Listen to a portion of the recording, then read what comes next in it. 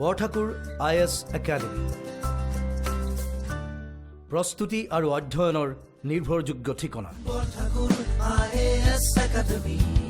Welcome to the Hindu analysis for 20th July 2021. Let us begin with the first article today. So today we might not discuss the article itself, but we'll be discussing about a particular piece of technology called Pegasus software or spyware. So we'll be discussing this article because of its significance in terms of science and technology, because it has been it's a front page news, and one more thing, it will be currently discussed in the upcoming parliament session for a long period of time. So it will be in the news for a long period of time. That is why we'll be discussing about this particular Pegasus software and its implication in regards to fundamental rights. And apart that, we are not going to go into much of the details as to what it is or where it is applied, but nonetheless we'll be relegating ourselves to the technology, science and technology aspect of it, and the legal fundamental right aspect of it. So the term spyware itself is self-explanatory, meaning it is used to snoop on people, it is used to collect information arbitrarily or illegally for whatever reason. So Pegasus is a spyware software which was developed by an Israeli company called NSO. NSO is a world leading cyber intelligence solution company. Now they developed a software called Pegasus which uses certain vulnerabilities in cell phones, primarily cell phones, or it may be computers or anything, but the Pegasus software is specifically known to target mobile phones, particularly of iOS, that is the Apple company, which is known to be the most secure phone in the world in terms of publicly available company cell phones. Now this is not the first time that we are reading about this name Pegasus or this allegation that the government of India had been spying on individuals of our country. Remember, this has happened earlier in 2018, when the same Pegasus name come up because of an independent lab functioning out of Canada that accused the government of India at that time, stating that the government of India is using Pegasus through WhatsApp services to spy on journalists, activists and whatnot. But remember, during that case in Supreme Court, both the government and WhatsApp came out and said that no such thing has happened in 2018. That was 2018. Since 2018, a lot has changed in terms of the technology too. Remember, in 2018, the accusation was that people who wanted to hack other phones would send an encrypted email or any other such messages to their phones through WhatsApp that would have a link. If a person clicks that link on their mobile phone, it would immediately download the spyware into their mobile phone. Now, since 2018, WhatsApp also removed the option or increased their patch their vulnerabilities, and no longer links are sent through such kinds of attacks. Now, why it is significant? Because the NSO, this is allegedly the NSO company Pegasus, came up with a new version of the software that does not need a click. Now this method is called, or this method of attack is called zero click attack, meaning in the earlier version of the software or the spyware, you need to send a link to the victim or your target, and the target you need to send your spyware through a link to the intended target, and the target would unknowingly click the link, and then the spyware would get downloaded into their mobile phone or any other electronic device. Now in this new method of Pegasus spyware attack system, they don't need to click on a link. They would exploit a vulnerability that is already existing in the phone itself, and it would get downloaded as an app or something like that, and it would gain access to the target's intended mobile phone. Now the spyware can hack device right now by simply giving a missed WhatsApp call. Earlier you needed to send a link. If they'll click it, only then the spyware would download. But with this current method, with this zero click method, you don't need to do that. Giving a simple missed call to their WhatsApp number is enough to get the virus into their electronic devices. Now, once infected, a phone becomes a digital spy under the complete control of the attacker. You have the complete control of the target's mobile phone. You can read their mails, you can alter their call records, you can install any kind of software into their phone remotely. Now, not only messages can be read, emails can be read, anything. See, it gives you the complete control of the mobile phone, all while sending the information to the attacker, including location data. So essentially, you are making the target's phone as your own bug in their pocket. Now, not only it can be sent through WhatsApp missed call, it can also be installed manually on a device or a wireless transceiver. So it gives you a lot of options for the attacker to gain access to a target's mobile phone or their electronic device. Now, it has a redundancy built into it, meaning if it fails to connect with its command and control server, meaning the control from where the attack was launched, for more than 60 days, it self-destructs and removes all traces from the mobile phone. Meaning, for some or the other reason, the connection between the attacker and the mobile phone gets severed, meaning cut off. It will wait for 60 days dormant. When the connection is not re-established, it will self-destruct, meaning it will delete itself, and it will also remove any traces of its presence from the target's mobile phone or electronic device, making impossible for forensic experts to detect or trace any sign or any sign of attack on the mobile phone or electronic device. Now, this is the technology, science and technology aspect of it. This is how technology, particularly the spyware technology, has been or is being deployed to monitor civil targets, whether it may be from the government side or any other side. So remember, this is the second time that has the Pegasus name has been in Indian disclosure, meaning similar thing happened in 2018 and 2019, where Pegasus, particularly the NSF group, which works out of comes out of Israel, has been accused of helping governments around the world to surveil their citizens. Now, this is the technology aspect of it. Now, let us move to the legal or the fundamental right aspect of this discussion. Now, surveillance, right? Surveillance reform is the need of the hour. The question comes, particularly this editorial, which is very interesting in the, given the context of discussion that is happening in India right now. The authors of this article ask why the government would need to hack phones and install spyware when existing laws already offer impunity of surveillance. Now they say that this is a threat to freedom of press in our country or in any country. But let us discuss about our country first. Now, what do they mean by that when existing laws already offer impunity for surveillance? In India, particularly for surveillance aspect or tapping aspect, there are two particular laws that govern this domain of government surveillance.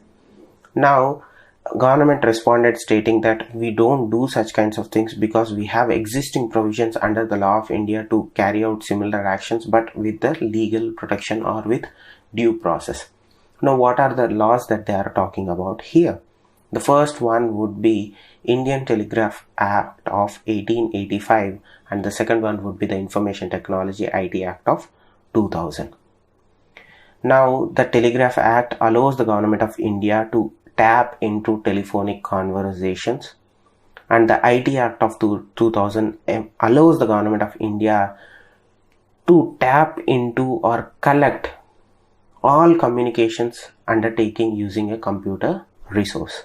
So these two pretty much cover the entire spectrum of available avenues to collect data from an individual.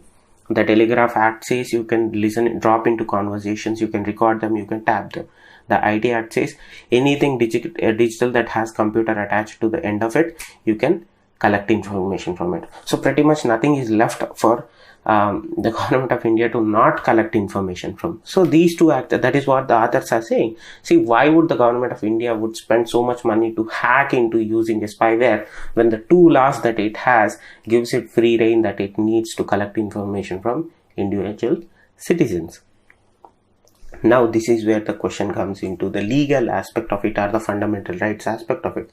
Now the section 69 of the IT Act and the interception rules of 2009 are more opaque than the Telegraph Act, because instead of being clear and precise as to what the government can do and cannot do, particularly the section 69 of IT Act and the interception rules of 2009 have added more opaqueness to the current existing provisions, more opaque than the Telegraph Act itself.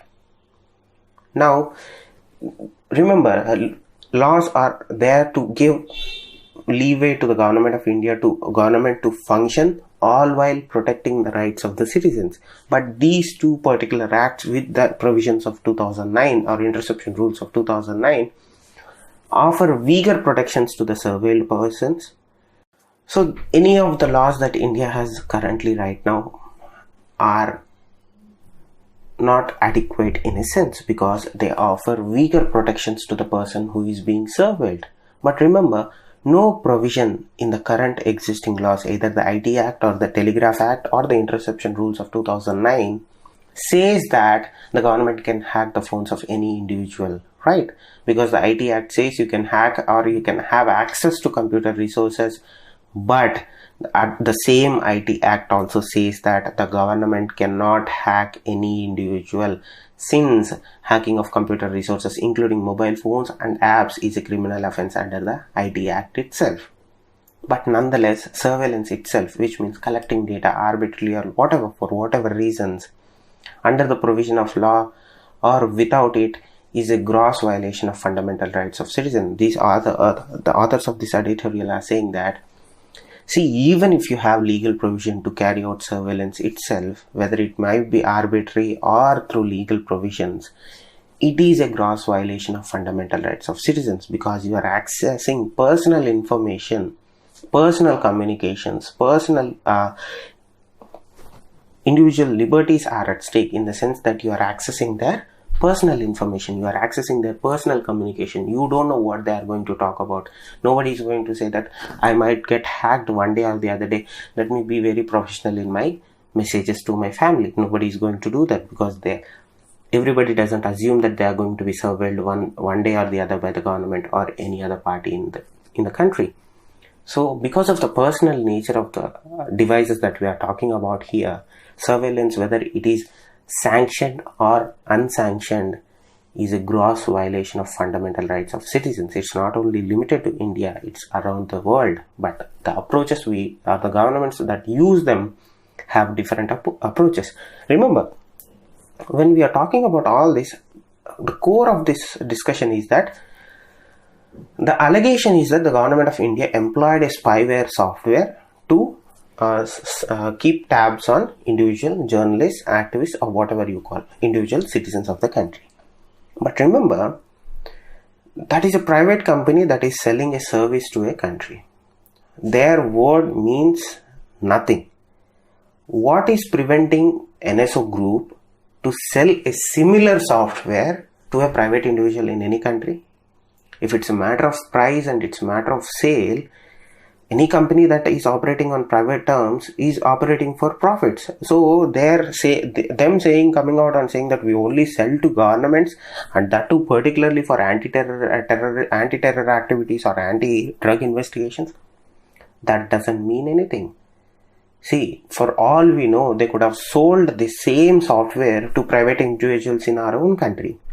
What is preventing one political party to snoop on the other political party? What is preventing one private company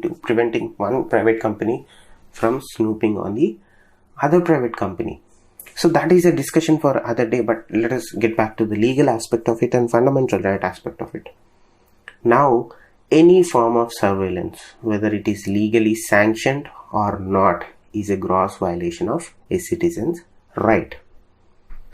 Now, the very existence of surveillance systems are detrimental to right to privacy, and the exercise of freedom of speech.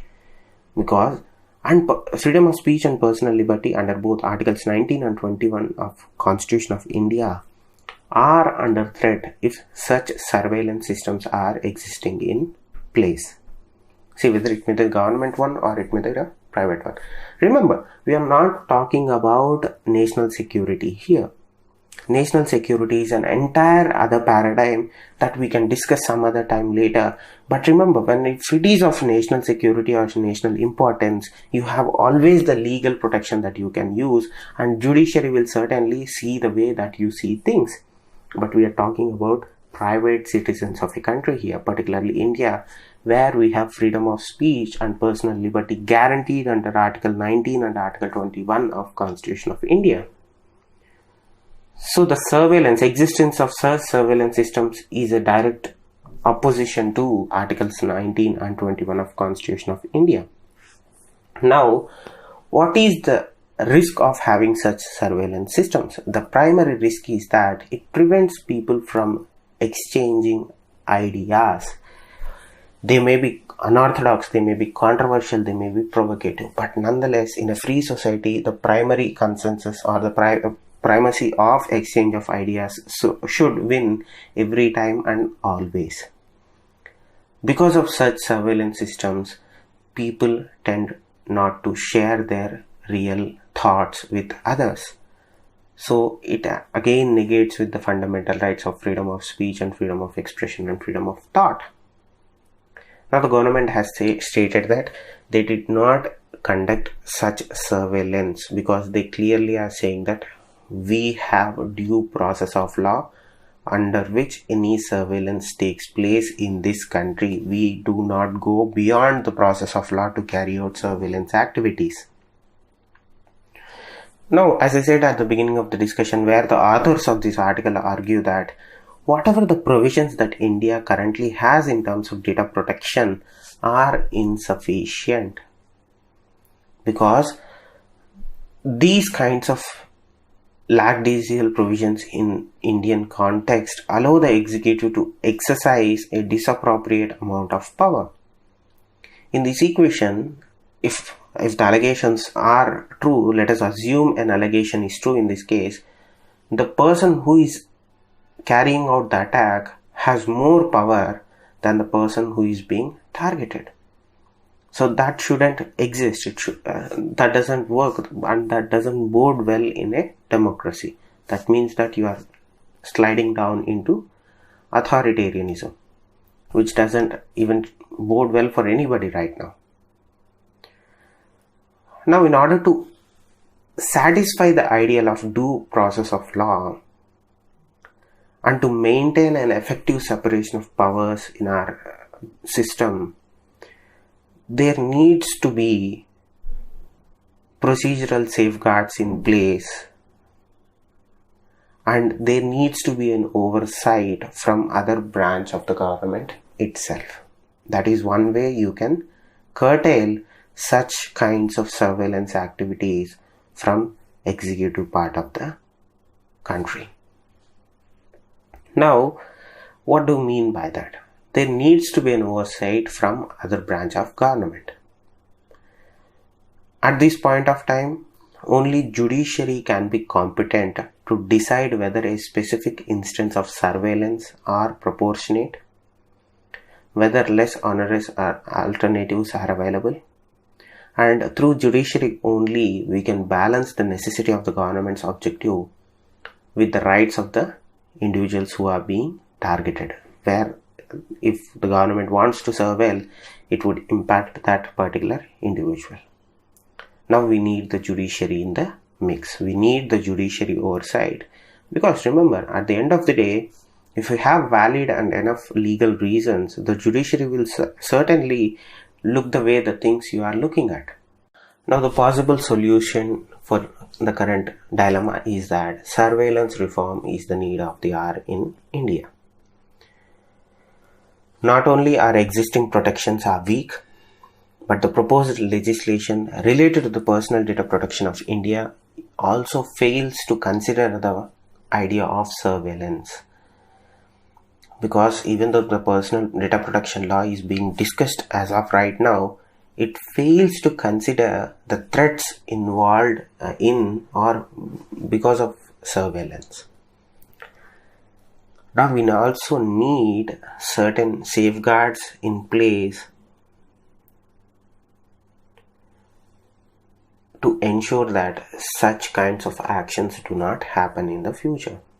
So it should be a mix of policy framework with an oversight of judiciary and with a clear process, a due process of law before such conclusions are made or laws are framed in regards to either data protection or in regards to surveillance. So that is what the authors of this article are saying, that you need judicial oversight if a person needs to be surveilled for any reason.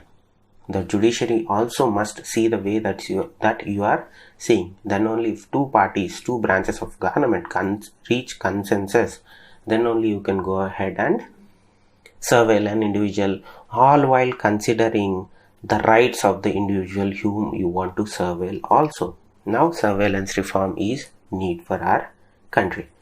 Now moving on to the next article, making India a sporting nation. Now let us be very clear. One of the best sporting events that India had good success was in 2012 Olympics, right? We came in 56th or 57th, I don't remember, please forgive. But nonetheless, we had great success in 2012 Olympics. We got good medals. We came almost all top 50, let us say top 50. See, India has a lot of potential. Then why does India lag in medal tally? See, we perform very well in regional events. We perform very well in national events. But when we go to international platforms, India has this problem of not being able to pass 1, 2, 3, 4th stages before they reach at least the medal podium. See, we are not saying that we are going to only consider gold. Gold is best. But remember, from where we are coming, any medal is a good medal for us, right? Any top 3 position is excellent, right? We can get silver, we can get bronze. So then what is the problem here? Why does India, when it can perform well in regionals and nationals, all the athletes who are best in the nationals fail to better their performances or put up a best performance when they go to international events? Commonwealth, we are good. Commonwealth is a regional grouping, so we are good at it because there are a lot of there are less number of international athletes that come into it. But nonetheless, remember, when countries like US, Russia, China and Germany and other companies come into foray, India tends to lose spots. We don't tend to get as many medals as we can. Now, there are many factors that are important in determining the performance of a nation in various sports. Now, let us look at the factors that impact our medal tally or any country's medal tally in Olympics international event. Olympics is the international event in terms of athletics, sports or whatever it is. Now, the size of total GDP is, so before that, beyond a threshold level, the average standard of living in a nation and the country's population size may be important determinants of its performance at the Olympics. Now, if you cross a threshold level, the average standard of living in a nation, what is the average standard of living in India, and the country's population size, the population size of the country, may be important determinants of its performance in Olympics. Now, this is the general template. When you look at country's performance, you look at the country's nation's standard average standard of living, and you look at the country's population. But India is uniquely positioned like always. You have one set of the rule for the entire world, then comes India, then comes China. We are not going to discuss about China, we'll discuss about India. So, for India particularly, the size of GDP is hardly important, where sizable segment is still fighting hunger. We are 3rd or 4th in terms of GDP. So if the first statement is to be followed, India should be in the top 3 of medal tally in Olympics. But that's not the case, because India has this fundamental problem of hunger. Majority of population, though we have various schemes, still fight hunger. To this day, there are a large section of the society itself go hungry twice a day and eat only once. For some, it's not even that. Now, because of this, we have high levels of stunted growth, right? In countries where there are high levels of stunted growth, malnutrition and anemia, we cannot expect good athletes, right? That is why South Asian countries and sub-Saharan countries, particularly the African countries, sub-Saharan African countries, don't fit the econometric models built on total GDP. So that is why, because we suffer from stunted growth, or the countries that suffer from high levels of stunted growth, malnutrition and anemia don't fit into the econometric models that are built on total GDP of the country. Now that is the one aspect of it. The second and most important aspect is, which that doesn't get discussed much in our country, is the genetic factor also. Genetic factor also play an important role in where your athletes stand in terms of podium. Right now, let us look at US, United States, Australia and Netherlands. These people can swim their backs off. They are the best in swimming. Look at the swimming medal tally of US, Australia and Netherlands. They always get the podium finishes, particularly US and Australia. Right now, Netherlands is also gaining momentum. But you don't find similar kinds of medals in swimming from the China's contingent from China. Now, taller people have advantage in swimming and basketball. Don't even talk about basketball. South Asian countries don't even stand a chance in front of the Americans in basketball. The only basketball actually hurts when I watch Olympics in terms of our players or their players. Americans always win because of their height advantage. They are good at swimming, they are good at basketball. But remember, height is not always advantageous in gymnastics or shooting. That is why you don't find similar kind of medal tally from all these three countries in either shooting or gymnastics. See, at one stage you find advantage, at the other stage the height won't matter. That is why China excels in shooting while they fail in either let us say basketball, or they fail in some kind of swimming. But China excels in shooting along with US, Germany and other countries. But particularly, let us look at East Asian nations itself. They do better in table tennis. China excels in table tennis right now. You cannot say the same for Western countries, because currently China dominates table tennis world right now. China also excels shooting, but it does not excel in swimming or basketball. Now that is where one thing, genetics, comes into play. The second aspect of the paradigm is mobilizing resources in world-class training, right? World-class training resources give a certain edge to sports person. For countries like US, Germany, UK, such infrastructure is nothing. They have that infrastructure, they can afford that infrastructure. For other countries, forget about infrastructure. Having at least 50% of that infrastructure that rich countries have is a luxury. So, however important genetics are, having similar infrastructure that matches this thing is also important. But for poorer nations, that infrastructure is simply a luxury. They cannot afford it. Now let us come to India itself. Resources in India are particularly spread very thinly across sport disciplines. Right? You don't have power centers of, let us say, weightlifting. You don't have power centers of running. You don't have power centers of archery. Whatever the resources that India has right now, across all sports disciplines, they are spread very thinly across the country.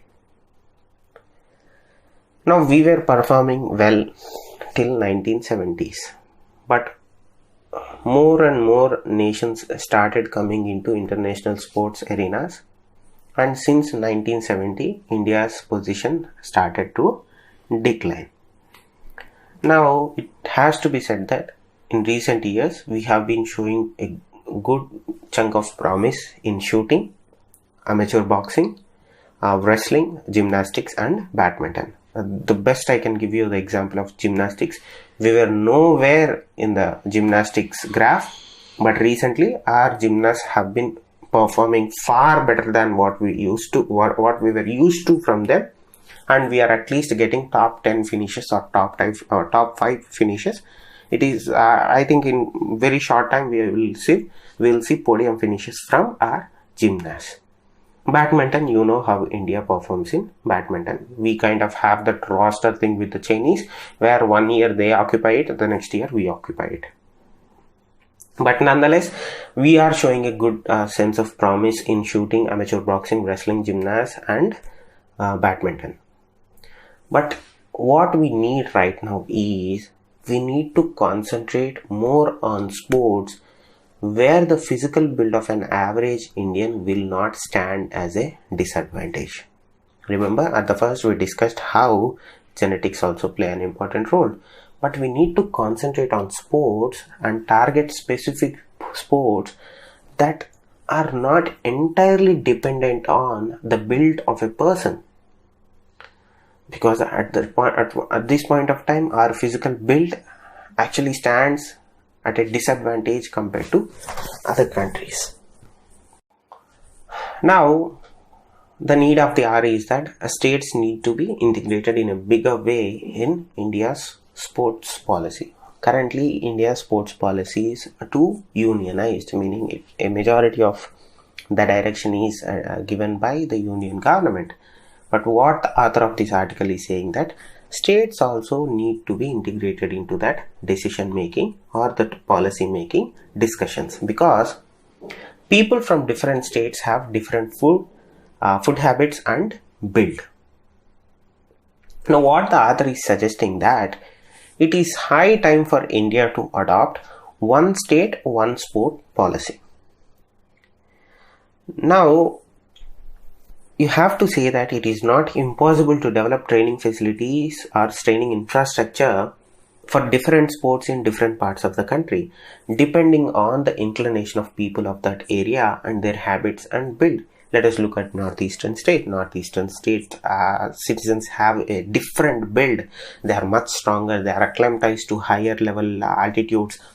They have a different build altogether compared to the people who are coming from the plain areas or the sea areas, near sea areas, right? Capitalize on the differences that exist in our population because of the build that they have. Let us be honest, Northeastern state people have a stronger build compared to people who come from the plain areas, depending on the food habits, depending on the terrain or whatever reason. We need to utilize that diversity in our population to advantage and adopt the one state and one sport policy. That could be an entirely game changer thing. I'm not saying that, or the author is also not saying that you have to relegate one sport to one state. What the author is suggesting that instead of peppering all kind of facilities all over India, let us pick one sport for one state, depending on their habits, depending on their builds, then depending on their genetics, and let us build that specific infrastructure in that state. Does that mean that only that state people can play that game? No. We develop infrastructure so specific that if needed, any other person who is willing or who is capable enough, who is talented enough to play that sport can transplant to that state, because this the infrastructure is in place there.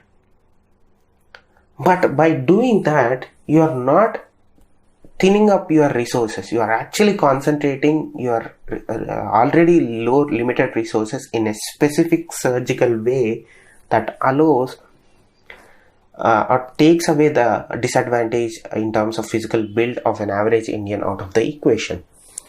That would be the best way. It should be done and it can be done. But what it also needs is a comprehensive approach and a prolonged support. Remember, yesterday we discussed how the midday meal scheme had a tremendous effect on intergenerational stunting. Right?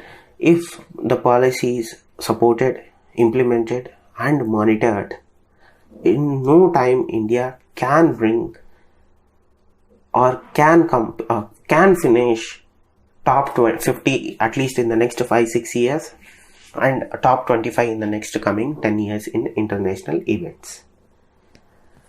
The policy of one state, one sport does not discriminate, in the sense that, as I said earlier, if you feel that you have the talent for the sport, all you have to do is simply go there.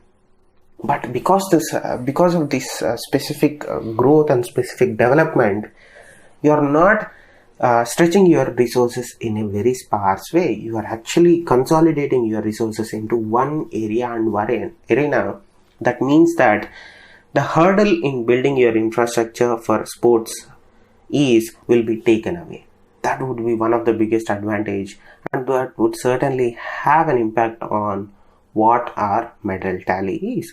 So moving on to the next article, India on course for 11% growth this fiscal to meet deficit goal. Now, we have been studying how the economy is doing for the past few months or so, and we also have been discussing what would be the greater challenges in recovering our economy to pre-pandemic levels.